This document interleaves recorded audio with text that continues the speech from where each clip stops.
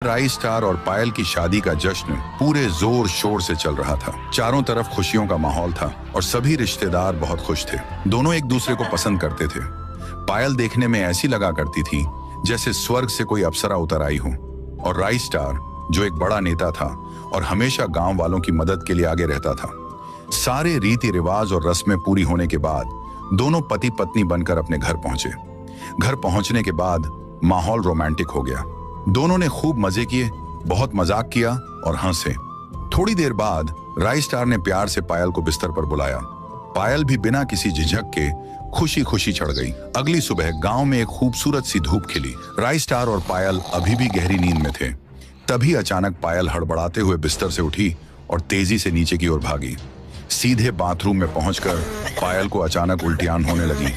जब उल्टियां बंद हुई तो पायल पल भर में ही सब कुछ समझ गई। उसके चेहरे पर एक बड़ी सी मुस्कान आ गई। वह तुरंत बाथरूम से बाहर आई। उसने उत्साह से राई स्टार को यह खुशखबरी बताई। राई सुनो, एक बहुत अच्छी खबर है। मैं माँ बनने वाली हूँ। जल्द ही हमारा घर बच्चे के रोने की आवाजों से गूंजने लगेगा। ये सुनते ही राई स्टार भी बहुत खुश हो गया। उसे भी अपने बिजनेस विरासत को संभालने के लिए एक बेटा चाहिए था। कुछ महीनों बाद उनके घर में सचमुच एक बेटा पैदा हुआ। वह काफी नटखट और बहुत ही खूबसूरत था। दोनों ने प्यार से उसका नाम चिंटू रखा। समय तेजी से बीता और चिंटू देखते ही देखते और बड़ा हुआ। राई स्टार पढ़ाई के लिए चिंटू को लंदन भेजने का इंतजाम किया। चिंटू एक बड़ी कार में बैठ गया और वह एयरपोर्ट के लिए रवाना हो गया। पायल और राई स्टार की आंखें नम थीं। कुछ दिनों बाद राई स्टार के भी जाने का समय आ गया। उसने पायल से कहा, पायल, मैं चुनाव के चलते एक जरूरी काम से दूसरे गांव जा रहा हूं। वहां मुझे कुछ प्रदर्शन और मीटिंग्स करनी है। मैं जल्द ही लौटूंगा, तब तक तुम अपना पूरा ख्याल रखना। और फिर राई स्टार अपने आदमियों के साथ जीप में बैठकर चुनाव लड़ने के लिए चला गया।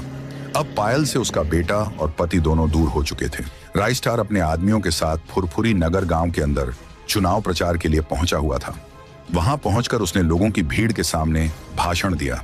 उसने गांव के लोगों से जोरदार आवाज में कहा, मेरे प्यारे भाइयों और बहनों, मेरा चुनाव चिन्ह मुर्गी है। अगर आपका प्यार और साथ मुझे मिला तो मैं इस पूरे फुरफुरी नगर को आसमान तक लेकर जाऊंगा। मैं वादा करता हूं कि आपके गांव में बुर्ज खलीफा भी बनवाऊंगा। राई स्टार के जाने के बाद पायल घर में अकेली थी, लेकिन कुछ महीनों बाद खुशखबरी आई। राई स्टार चुनाव जीत गया था। वह फुरफुरी नगर का नया नेता बन गया था। जीत की खुशी में वह पूरी तरह से लोगों के प्यार और भीड़ के बीच घुल मिल गया था। अब राई स्टार का पूरा ध्यान अपने करियर और राजनीति पर था। वह केवल गांव का नेता बनकर नहीं रहना चाहता था। वह चाहता था कि वह सरपंच से भी कुछ आगे बढ़े और बड़ी कुर्सी पर बैठे। इस लक्ष्य को पाने के लिए